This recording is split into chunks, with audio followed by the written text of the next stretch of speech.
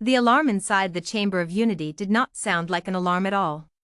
It sounded like a single, low note, almost gentle, the kind of sound a person might mistake for music if they were not trained to know better. Ethan Cole knew better. He was standing near the eastern pillar of the chamber, dressed in a plain gray uniform that marked him as part of the newest security delegation ever accepted into this ancient hall, and the moment that note rang out, his body moved before his mind had finished processing the danger. It was the first official day that humans were allowed inside the Galactic Council chambers, not as guests, not as observers, but as a delegation with a voice and a vote. The room was filled with representatives from 43 worlds, each one older than human civilization by thousands of years. Silver light poured down from a domed ceiling built from a material no human scientist could name. Ethan had been told, during his brief orientation, that the chamber itself was said to be untouched by conflict for over 6,000 years. That fact alone should have told him something was about to change. Ambassador Henry Pierce, the head of the human delegation, stood near the center platform, delivering the opening words that Earth had waited generations to speak.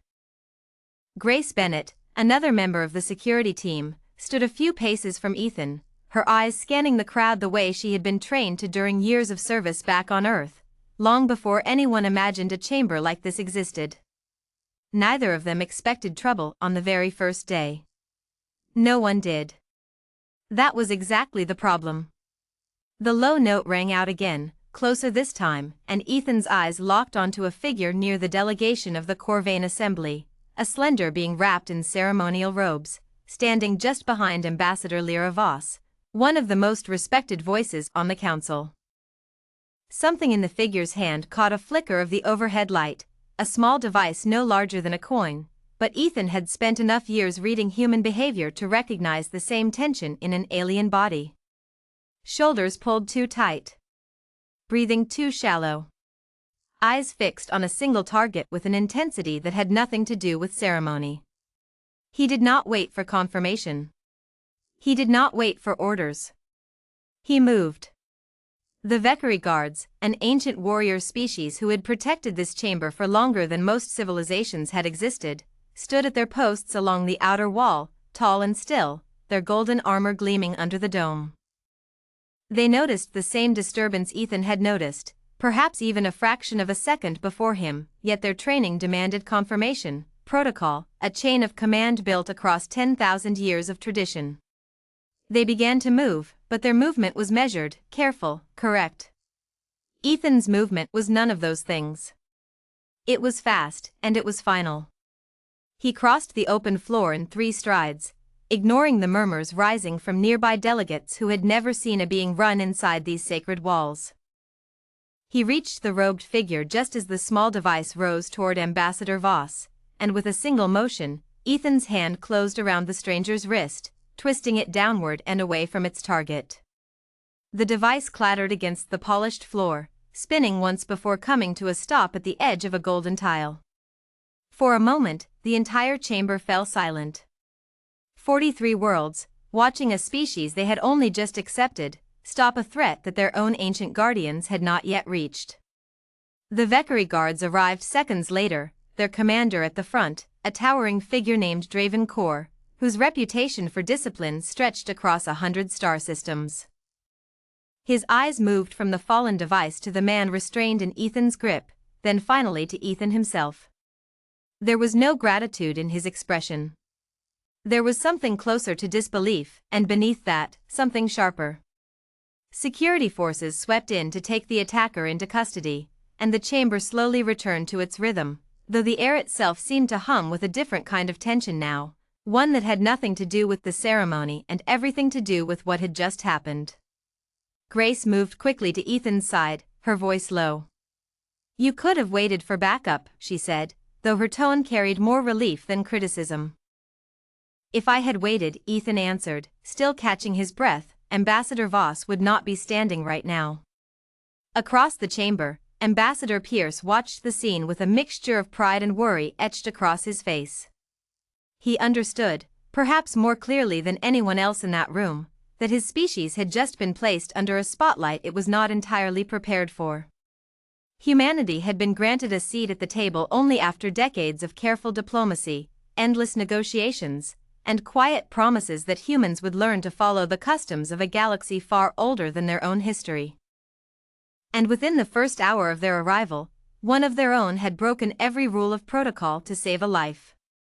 The question now was whether the Council would see that as heroism, or as exactly the kind of recklessness they had always feared from the newest species in the room.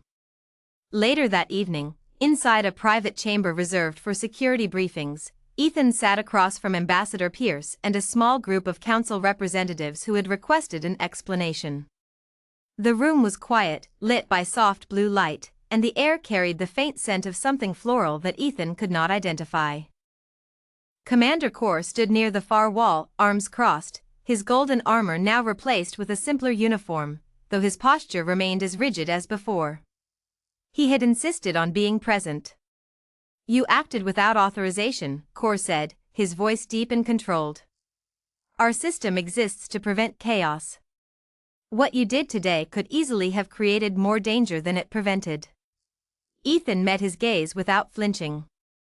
"With respect, Commander, if I had waited for authorization, Ambassador Voss would not have survived the next 3 seconds. You do not know that. I know what I saw. And I trusted what I saw."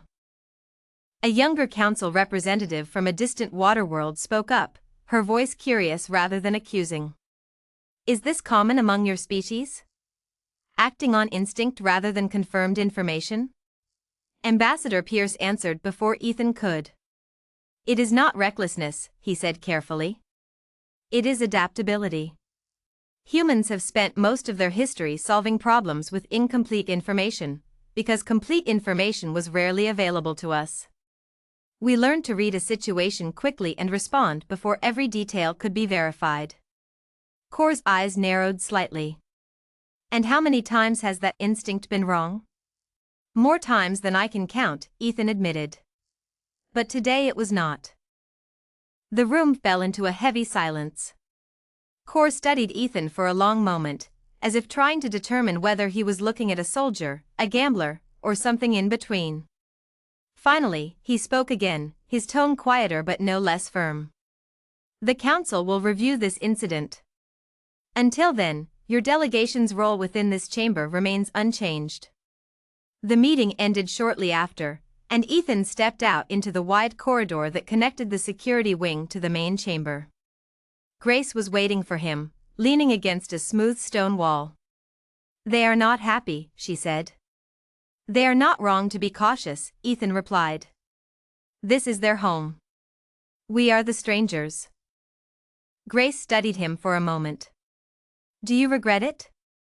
Ethan thought about the small device striking the floor, about the fraction of a second that had separated a peaceful ceremony from something far darker. "No," he said. "I would do it again."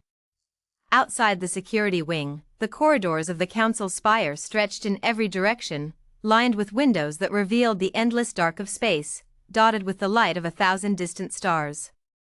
Somewhere among those stars, other delegations were already discussing what had happened, weighing whether humanity's presence in the chamber was a gift or a risk. Neither Ethan nor Grace could have known, in that quiet moment in the corridor, that the true test of humanity's place among the stars had only just begun. The attack in the chamber had been stopped, but it had also revealed something the older species had not expected. Somewhere in the vast reach of the galaxy, forces opposed to humanity's rise were watching closely, adjusting their plans, waiting for a better opportunity. For now, the Council would talk. They would debate. They would question whether a single moment of quick action was proof of skill, or simply proof of luck. But one thing had already changed inside that ancient chamber, whether the older species wished to admit it or not. For the first time in 6,000 years, someone other than the Vekari had stopped a threat inside the Chamber of Unity. And no matter what the Council decided in the days ahead, that fact could never be undone. As Ethan walked back toward the human quarters that night, the corridors dimmed around him, mimicking the slow fall of evening even though no true sun existed inside the spire. He thought of his training back on Earth, the years spent learning to read danger in a crowd, to notice the smallest shift in behavior before it became a threat. He had always believed that instinct was a tool, sharpened through experience rather than granted by birth. Tonight, that tool had saved a life. Tomorrow, it would be judged.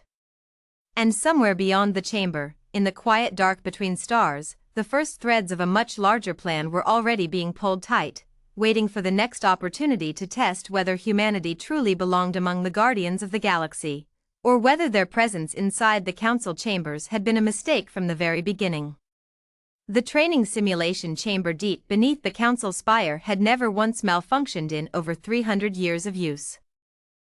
That fact was about to become far less impressive than the being who designed it had always believed. Noah Fisher stood at the center of a wide circular room, its walls lined with shifting light that could recreate almost any environment in the known galaxy, from the frozen plains of a dying moon to the crowded marketplaces of a desert world. Around him stood 5 other members of the human security delegation, including Ethan Cole and Grace Bennett, all dressed in training gear rather than formal uniforms.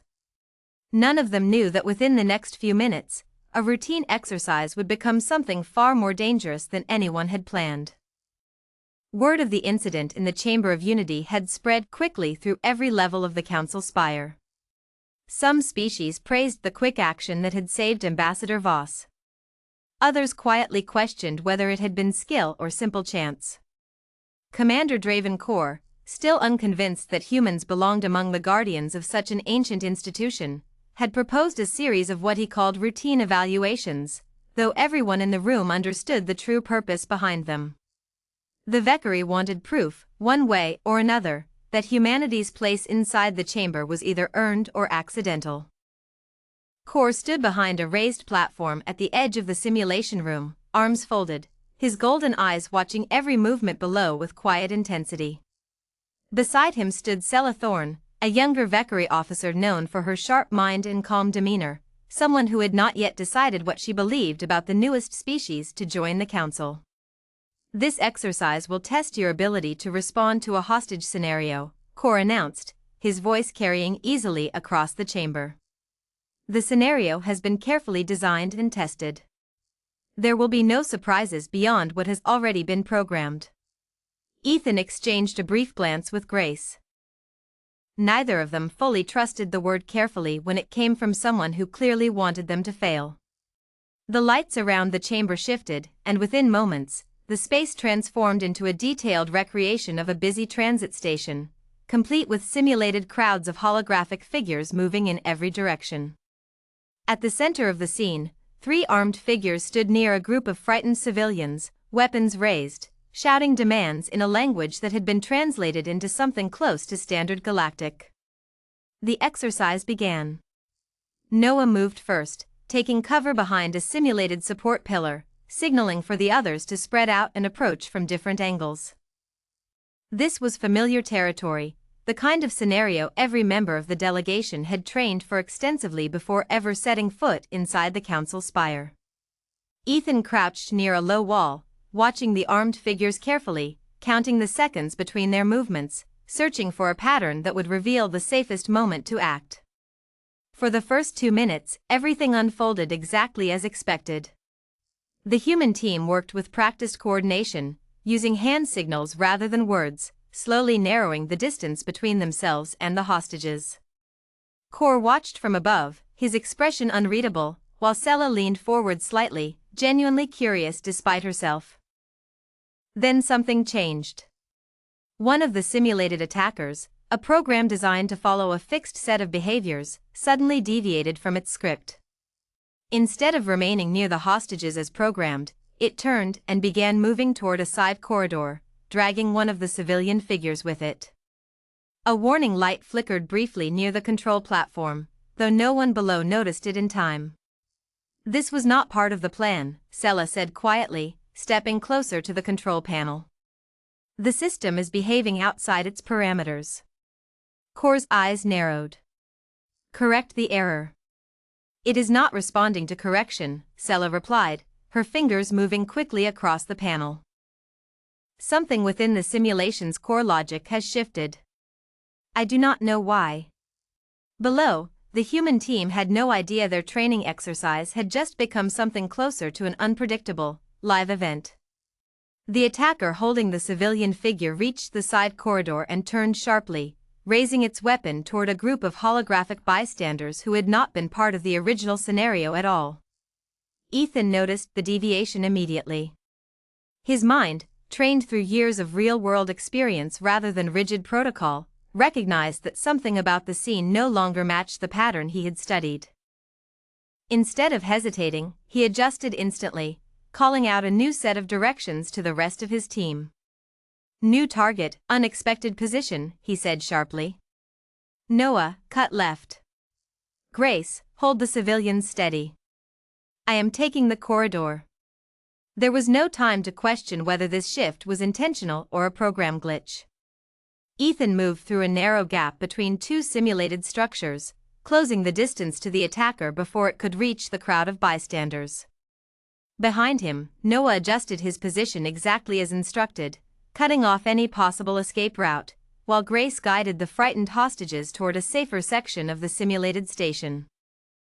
Above, Core watched with growing tension, his earlier certainty beginning to crack. The scenario had spiraled beyond its intended design, yet the human team had not frozen, had not hesitated, had not waited for new instructions from above. They had simply adapted, treating the unexpected shift as another problem to solve rather than a reason to stop. Sela, still working furiously at the control panel, finally managed to isolate the source of the malfunction. It appears the simulation's learning algorithm began generating new behavior patterns based on real-time data, she explained. It was never meant to improvise outside its original parameters. This has never happened before. "Then shut it down," Core ordered. "I am trying. The system is not responding the way it should." Below, Ethan closed the final distance to the rogue attacker just as it turned its weapon toward the civilian it still held. There was no time for a careful, measured approach. He moved quickly, using a maneuver that had nothing to do with any Vekari training manual, disarming the simulated figure with a fast, decisive motion before pulling the frightened hostage clear. The room fell still. A soft chime rang out, signaling the end of the exercise, though the silence that followed felt far heavier than any simple training conclusion should have. Sela finally regained full control of the system, and the transit station dissolved back into the plain gray walls of the simulation chamber. The human team stood scattered across the floor, breathing hard, adrenaline still coursing through each of them, uncertain whether what had just happened was part of the test or something else entirely. Core descended from the platform slowly, his expression unreadable as he studied the group below. "What happened?" he asked, his voice quieter now, "was not part of the original design." "We noticed," Ethan replied, wiping sweat from his brow. "The pattern changed. We adjusted." "You had no confirmation that the shift was safe to respond to," Core said. "You could have made the situation worse." "We could have," Ethan agreed. "But we did not." Sela stepped down beside Core, her earlier curiosity now mixed with something closer to genuine respect. "Commander," she said carefully, "the system malfunction created a scenario none of us anticipated, myself included. And yet they responded within seconds, without hesitation, without waiting for guidance from us." Core turned toward her sharply. "You are defending them." "I am simply stating what I observed," Sela replied evenly.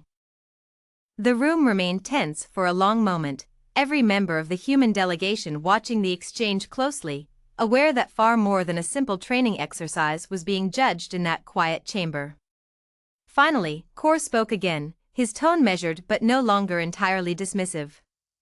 "The Vekari have guarded this council for 10,000 years, he said. "Our methods have never failed because we do not act without certainty.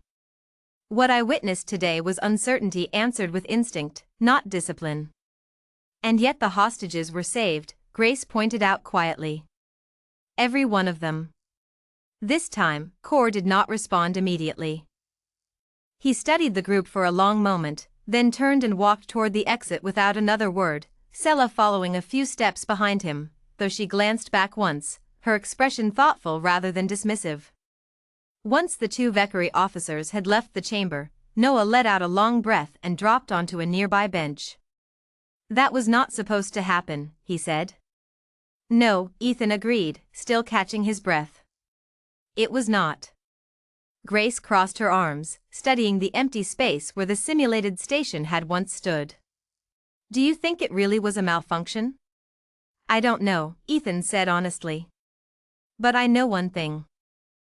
If they were testing us to see if we would fail under pressure, we didn't." Later that night, deep within the archives of the Council spire, Sela sat alone reviewing the recorded data from the exercise, searching for any clue that might explain how the simulation's learning algorithm had shifted so far beyond its intended limits. The technical explanation was straightforward enough on the surface, yet something about the timing troubled her. The malfunction had occurred almost immediately after news of the chamber incident had spread across the spire, as though something, or someone, had wanted to see exactly how humans would respond under circumstances no one could have predicted. She said nothing of this suspicion to Core, not yet. She needed more information first, more time to understand whether the day's events had truly been an accident, or the opening move of something far larger than a simple training exercise. Meanwhile, in the quiet human quarters, Ethan lay awake staring at the ceiling, replaying the sudden shift in the simulation over and over in his mind.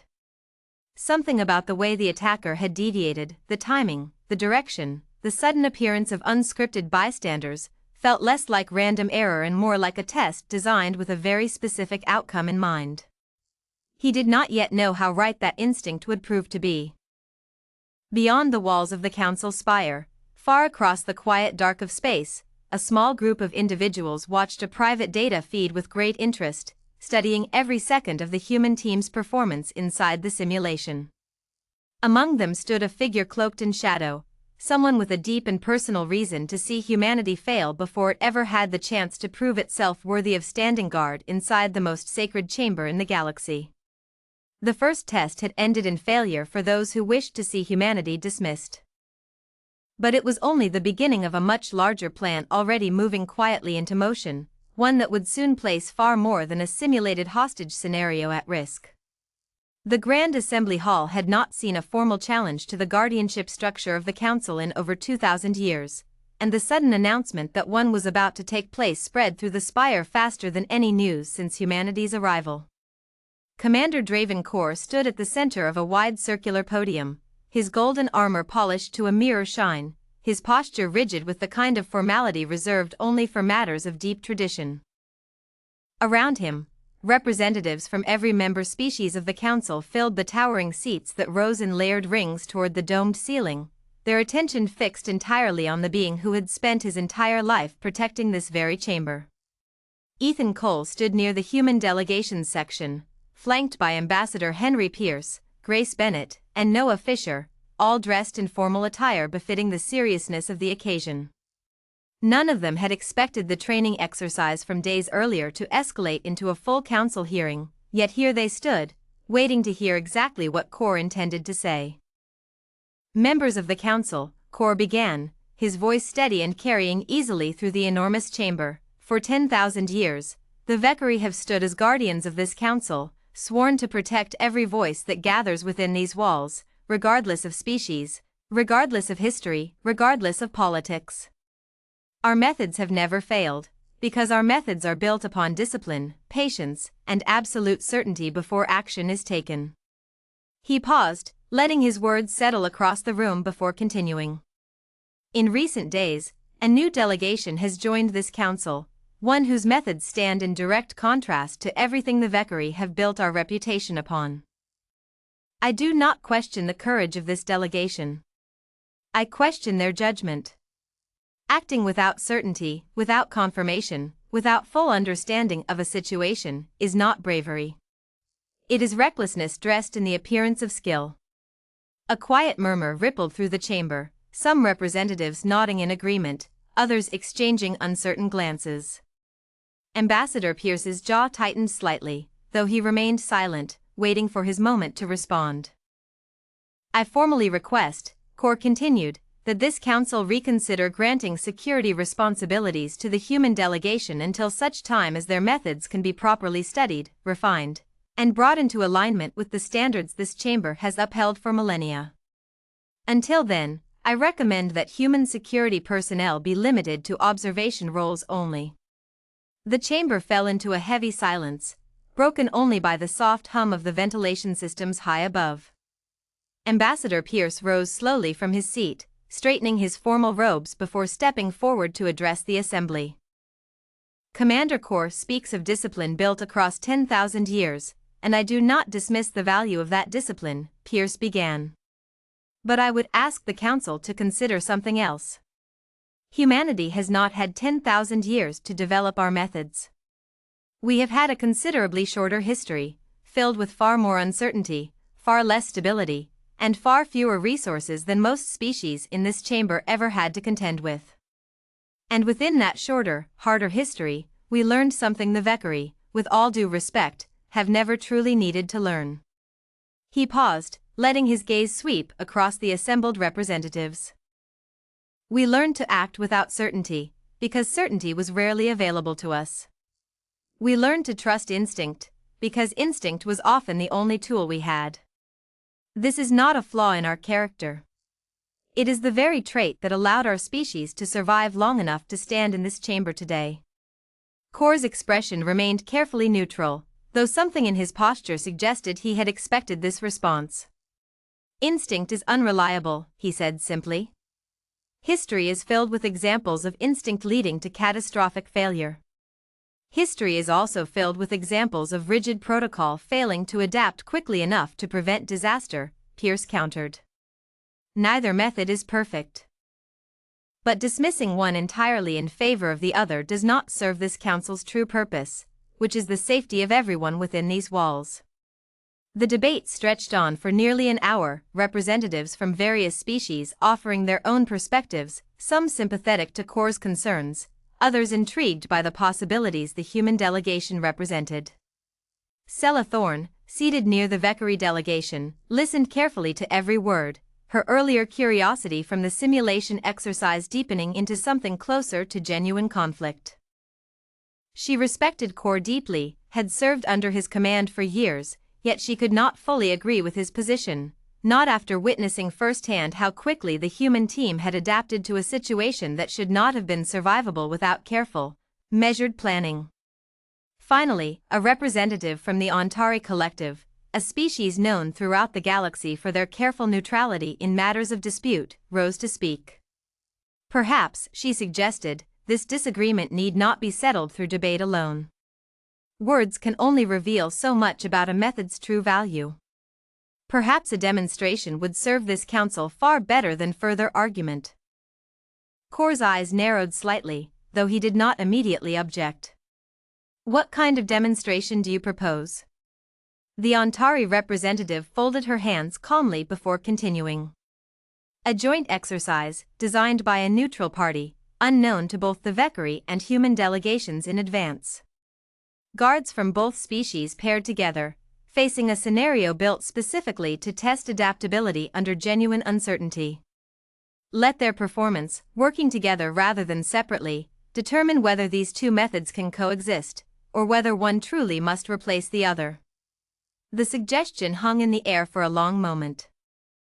Ethan glanced toward Grace, who offered the smallest of nods, understanding immediately that this proposal, dangerous as it might be, represented the fairest opportunity humanity would likely receive to prove itself. I accept this proposal, Ambassador Pierce said without hesitation. All eyes turned toward Cor, waiting for his response. The Vekari commander stood silently for a long moment, his expression difficult to read, before finally offering a slow, deliberate nod. I accept as well, he said. Let the results speak for themselves. The council formally approved the joint exercise, scheduling it to take place within the week, designed and overseen entirely by the Ontari Collective to ensure complete neutrality. As the assembly began to disperse, representatives murmuring amongst themselves about what the coming days might reveal, Ethan found himself approached by Sella Thorne, who lingered near the edge of the human delegation section. You defended your team well today, she said quietly, though it was not you who spoke. Ambassador Pierce speaks for all of us, Ethan replied. But I meant every word he said. Sela studied him for a moment, her expression unreadable in the way most Vekari expressions tended to be. Commander Kor is not wrong to be cautious, she said finally. Our history has taught us the cost of careless action. Entire worlds have suffered because someone acted too quickly, without proper understanding. And our history has taught us the cost of waiting too long, Ethan replied. Perhaps this exercise will show that both lessons still matter, just in different situations. Sela considered this for a long moment before offering the smallest hint of a nod. Perhaps, she said, before turning and making her way back toward the Vekari delegation. Over the following days, both teams prepared intensely for the coming exercise, though neither knew any details of what the Ontari Collective had planned. Ethan spent long hours reviewing tactical simulations with Noah and Grace, studying not just human methods but attempting to understand Vekari protocol as well, recognizing that true cooperation would require more than simply proving humanity's own methods correct. It would require finding a way for two very different approaches to function together, seamlessly, under pressure. Meanwhile, within the Vekari quarters, Sela found herself quietly studying recordings of the human team's performance during the simulation malfunction, searching for patterns in their decision-making that might explain how they managed to adapt so quickly without the benefit of centuries of accumulated protocol. She began to suspect that what she was witnessing was not simply recklessness, but a different kind of discipline entirely, one built not upon rigid rules, but upon rapid assessment and immediate action. She brought her findings to Kor privately, hoping to offer a perspective that might soften his position before the exercise began. Commander, she said, standing before him in his private quarters late one evening, I have reviewed the human team's methods extensively. I do not believe what we witnessed was carelessness. I believe it was a different form of training entirely, one built for a different kind of galaxy than the one our ancestors first learned to protect. Kor remained silent for a long moment, staring out through a wide viewport toward the endless dark beyond the spire. Our ancestors built a legacy of perfect service, he said finally. I will not be the commander who allows that legacy to be questioned without absolute certainty that a new method is truly superior, not simply different. I am not suggesting it is superior, Sela said gently. I am suggesting it may be necessary, alongside our own. Kor turned to face her, his expression tired in a way she had rarely seen before. Then let the exercise decide, he said quietly. If their methods prove capable of standing beside our own, without failure, without unnecessary risk, I will accept the Council's judgment. And if they fail? Then I will have been right to protect this chamber the only way I have ever known how. Sela said nothing further, though as she left his quarters that night, she found herself hoping, quietly and against her own long-held beliefs, that the coming exercise would prove there was room within this ancient chamber for more than one kind of guardian. Elsewhere, far beyond the reach of the Council Spire's sensors, the same shadowed figure who had watched the earlier training malfunction with great interest now reviewed new information gathered from within the Spire itself, details of the upcoming joint exercise obtained through channels the Council would never have approved. A slow, deliberate plan began to take shape, one that would use the very exercise designed to test cooperation as an opportunity to strike at the heart of the Council itself. The joint exercise between human and Vekari guards was meant to answer a simple question about method and instinct. Neither species yet realized that the coming test would soon become something far more dangerous than anyone within the Council chamber could have imagined, a moment that would determine not just whether two methods of guardianship could coexist, but whether the Council itself could survive what was coming. As the week drew to a close, and both delegations made their final preparations, Ethan stood alone one evening near a wide viewport overlooking the endless stretch of stars beyond the spire, thinking of everything that had brought him to this moment. He thought of the chamber, of the small device striking the floor, of the malfunctioning simulation, of Kor's unwavering resistance and Sela's quiet, growing respect. Whatever tomorrow's exercise revealed, he understood that humanity's place among the stars would never again be treated as a simple formality. It would be earned, tested, and proven, one decisive moment at a time. He had no way of knowing just how soon that proof would be required, or how much would truly be at stake when it arrived. The joint exercise was scheduled to take place inside a restricted wing of the Council spire known as the Meridian Hall, a space normally used for diplomatic gatherings of lesser importance, chosen by the Ontari Collective precisely because it could be sealed off completely from the rest of the spire without disrupting the daily operations of the Council. No one, aside from the neutral overseers, was meant to know the exact details of the exercise until the moment it began. Ethan Cole stood near the center of the hall, paired according to the Ontari's design with Sella Thorne, while Grace Bennett had been placed alongside a seasoned Vekari officer named Torin Ash, and Noah Fisher alongside a third Vekari guard whose name Ethan had not yet learned. The pairing was intentional, forcing each team to rely on unfamiliar cooperation rather than practiced routine. Commander Kor watched from an observation platform above, arms crossed, his expression carefully neutral despite the tension visible in his posture. Ambassador Pierce stood nearby, having been invited to observe the exercise firsthand, though even he did not know the specific scenario the Ontari overseers had designed. The overseer, a calm and measured Ontari representative named Vel, addressed the paired teams from a raised platform at the edge of the hall. This exercise will simulate an unauthorized intrusion into a secured diplomatic wing, Vel explained. The scenario has been designed to test coordination, adaptability, and trust between paired guards from different backgrounds. Beyond this, no further details will be provided in advance. The lights within the hall dimmed briefly before shifting to recreate a long corridor lined with sealed chamber doors, each representing private meeting rooms used by visiting delegations. Ethan felt the familiar tightening in his chest that always came before an exercise began, though something about the atmosphere in the room felt different this time, heavier somehow, though he could not explain exactly why. The exercise began. Ethan and Sella moved together down the simulated corridor, communicating through short, clipped exchanges as they cleared each section methodically. Sella's precision impressed him almost immediately, her movements economical and controlled, yet she adjusted her pace to match his more instinctive approach without hesitation, something he had not expected from a guard trained under such rigid tradition. "You anticipate rather than confirm," Sella observed quietly as they cleared a junction together. "It saves time," Ethan replied. "Sometimes that is the difference that matters most." "Then let us see if it serves us here," she said, a faint note of curiosity in her otherwise steady voice.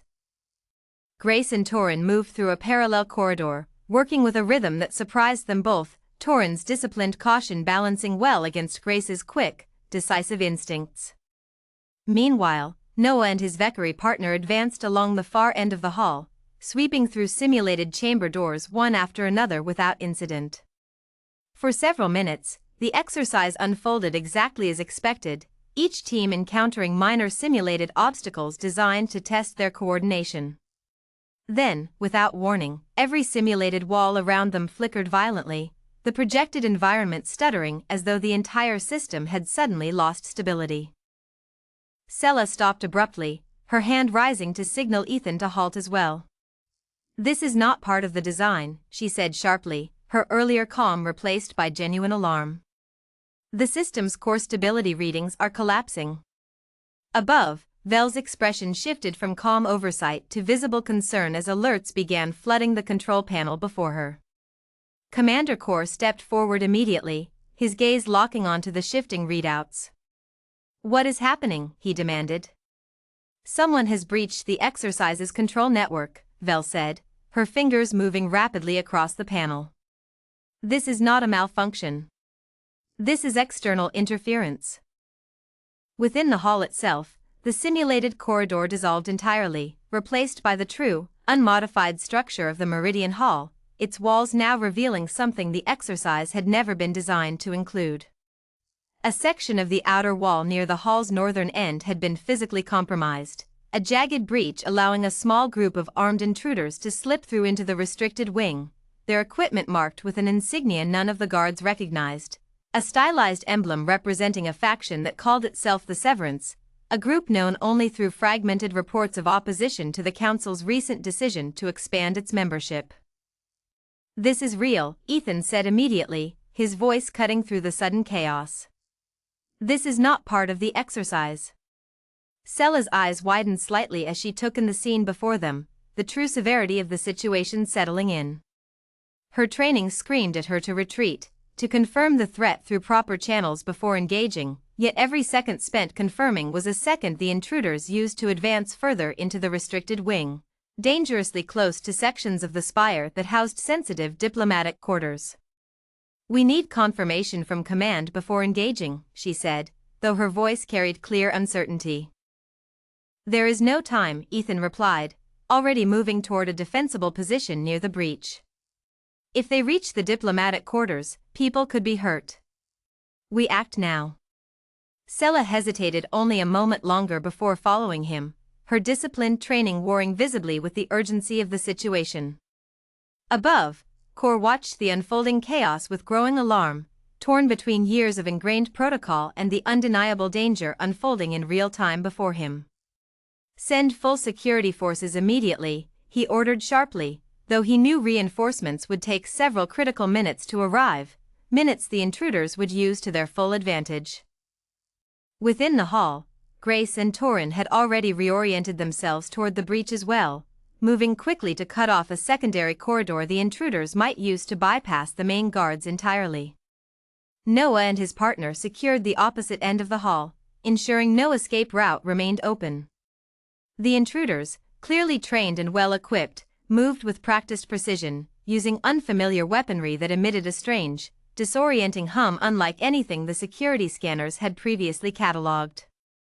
Two of the guards, unfamiliar with this new weapon signature, hesitated for a critical instant as their equipment failed to identify the exact nature of the threat. Ethan did not wait for the scanners to catch up. He recognized the pattern of movement instantly, the way the intruders positioned themselves to create overlapping fields of coverage, a formation designed for maximum efficiency in tight corridors. Rather than approaching directly, he signaled Sella toward a narrow side passage that would allow them to flank the group from an unexpected angle. "Trust me," he said quickly. Sella's disciplined mind fought against the uncertainty of following an unverified plan, yet something in Ethan's calm certainty steadied her own instincts. She nodded once and followed without further hesitation. Their maneuver caught the intruders off guard, forcing two of them to break formation in order to address the unexpected flank. Grace and Torin used the resulting confusion to advance from the opposite direction, working together with a fluidity that surprised even themselves, Grace calling out quick directional shifts that Torin executed with immediate, practiced precision despite having never trained alongside a human before this day.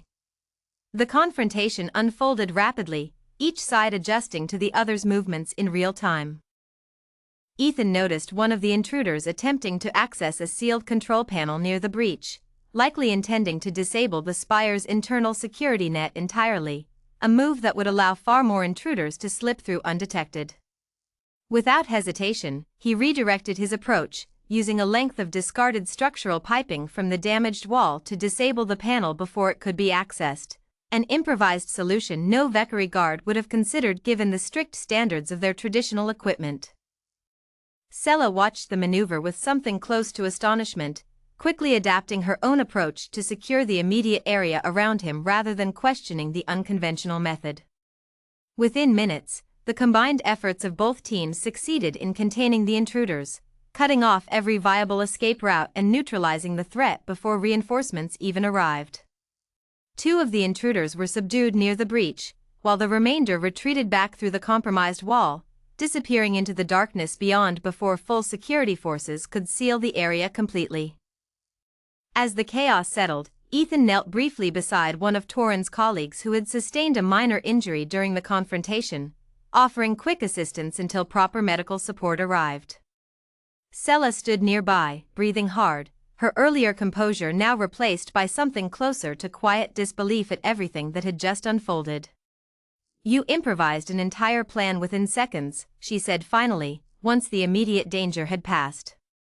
There wasn't time for anything else, Ethan replied. And it worked, she said, almost to herself.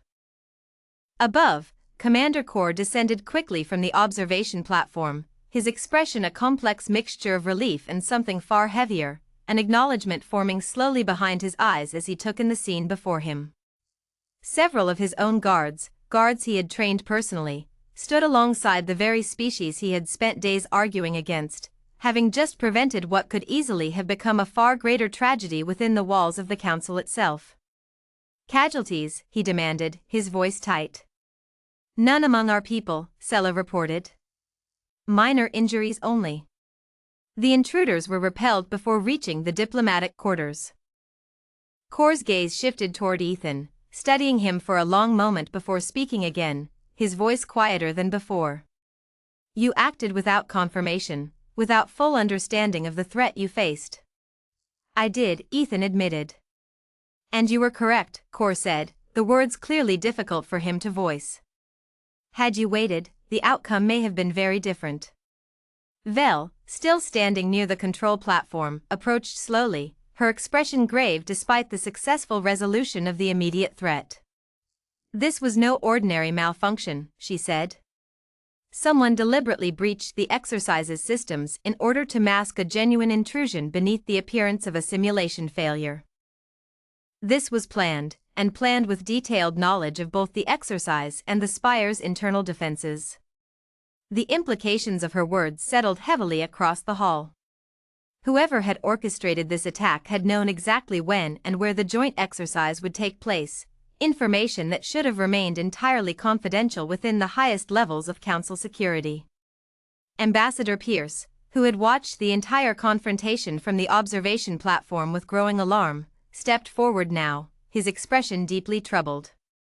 This was not simply an attack on the council, he said quietly. This was a deliberate attempt to undermine the very demonstration meant to determine humanity's future role within these walls. Kor's eyes narrowed as the full weight of Pierce's words settled over him. If that is true, he said slowly, then someone wanted this exercise to fail, regardless of the cost.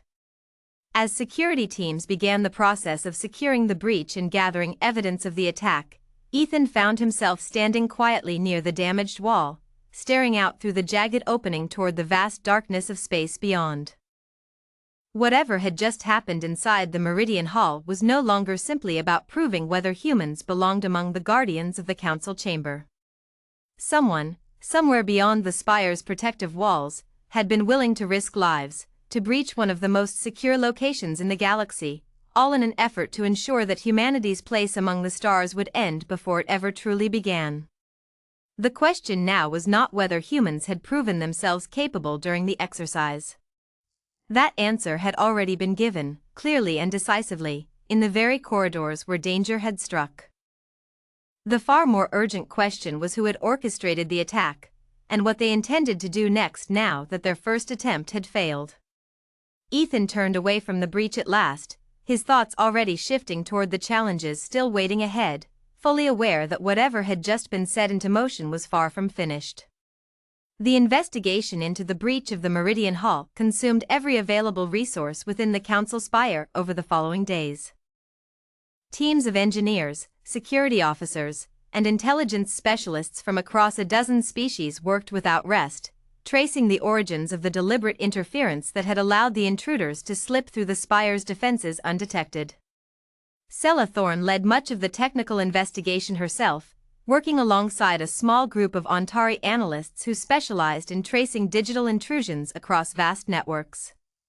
What she uncovered over those long days confirmed her earlier suspicions, the ones she had voiced quietly to Kor after the malfunction during the human team's initial simulation exercise.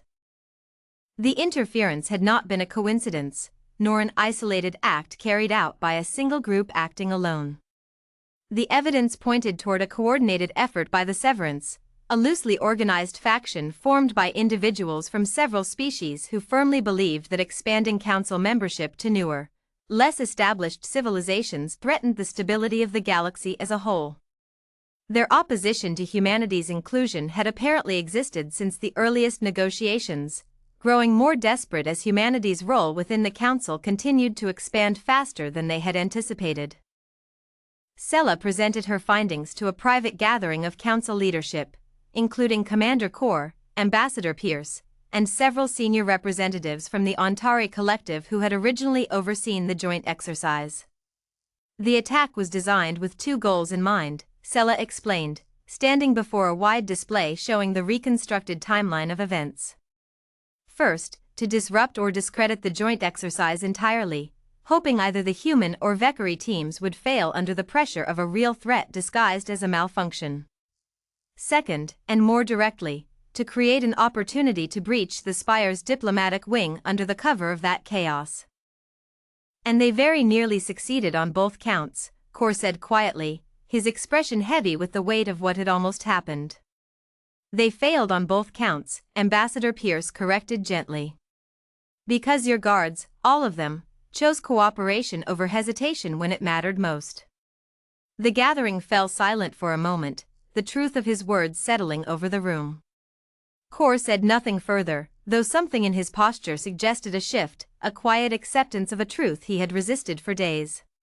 Word of the failed attack, and the combined effort that had prevented it, spread quickly throughout the Council spire, reaching every delegation within hours.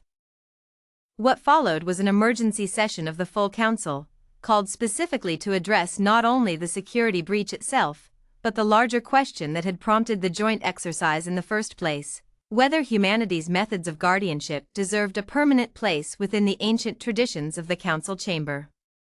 The Grand Assembly Hall filled once more, every seat occupied, the atmosphere charged with an anticipation far different from the skepticism that had defined the earlier hearing. Ethan Cole stood beside Grace Bennett and Noah Fisher, all three still recovering from the exhausting days following the attack, though none of them would have missed this moment for anything. Commander Kor rose first to address the assembly, a notable shift from the confident, unwavering figure who had first challenged humanity's place within the chamber days earlier. His posture remained proud, but something in his expression had softened, tempered by the events of the joint exercise. Members of the Council, he began, when I first raised my objection to the human delegation's role within our security structure, I did so out of a genuine belief that 10,000 years of Vekari tradition represented the safest, most reliable method of protecting this chamber and everyone within it. I do not stand before you today to say that belief was entirely wrong. He paused, glancing briefly toward Ethan before continuing. But I have witnessed something these past days that I did not expect to witness. I have seen human guards act without the certainty our traditions demand, and in doing so, prevent harm that careful deliberation may not have prevented in time. I have seen my own guards, trained under methods refined across thousands of years, adapt alongside them, learning to trust instinct without abandoning discipline entirely. A quiet murmur moved through the assembled representatives as Kor continued. I no longer believe these two methods stand in opposition to one another. I believe, having seen them work together under genuine danger, that they complement one another in ways neither could achieve alone. It is my recommendation, before this Council, that human security personnel be granted full and permanent guardianship rights within the Council chambers, standing alongside the Vekari rather than beneath them. The chamber erupted into murmurs of surprise, representatives from dozens of species turning to discuss the unexpected shift in the very being who had so firmly opposed humanity's role only days earlier. Sela Thorne, seated among the Vekari delegation, allowed herself a small, quiet smile, having played no small part in helping her commander arrive at this conclusion. Ambassador Pierce rose next, his voice steady despite the emotion clearly present beneath his words. On behalf of humanity, he said, we accept this recommendation with deep gratitude, and with a promise that we will continue to earn this trust every single day, exactly as the Vekari have earned it across 10,000 years before us. The Ontari representative who had originally proposed the joint exercise spoke next, addressing the assembly with her characteristic calm neutrality. This council was built upon the belief that unity among differing perspectives creates a stronger foundation than uniformity ever could. What we have witnessed these past days is proof of that founding principle, not its failure. I move that the Council formally approve Commander Corps' recommendation. One by one, representatives from every member species cast their vote, the final tally displayed high above the assembly for all to see. The result was overwhelming, an outcome that would have seemed impossible only a short time earlier, when humanity's presence within the chamber had been treated as little more than a cautious experiment.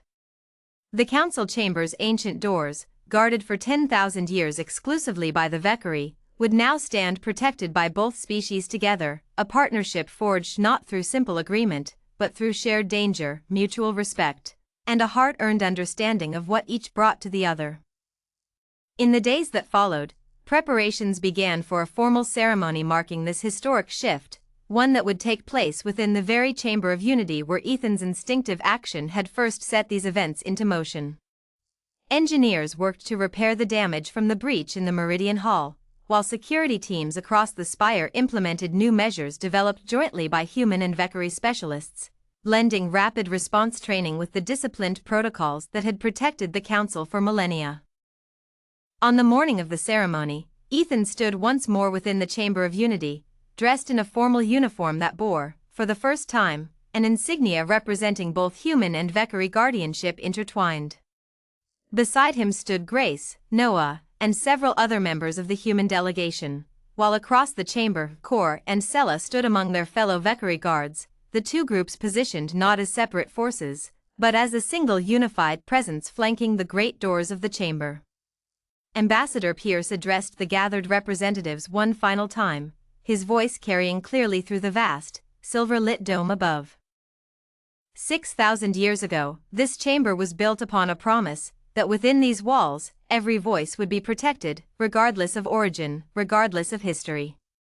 Today, that promise takes on a new form, strengthened not weakened by the addition of a new guardian, one whose methods differ greatly from those who came before, yet whose commitment to that founding promise burns just as strongly.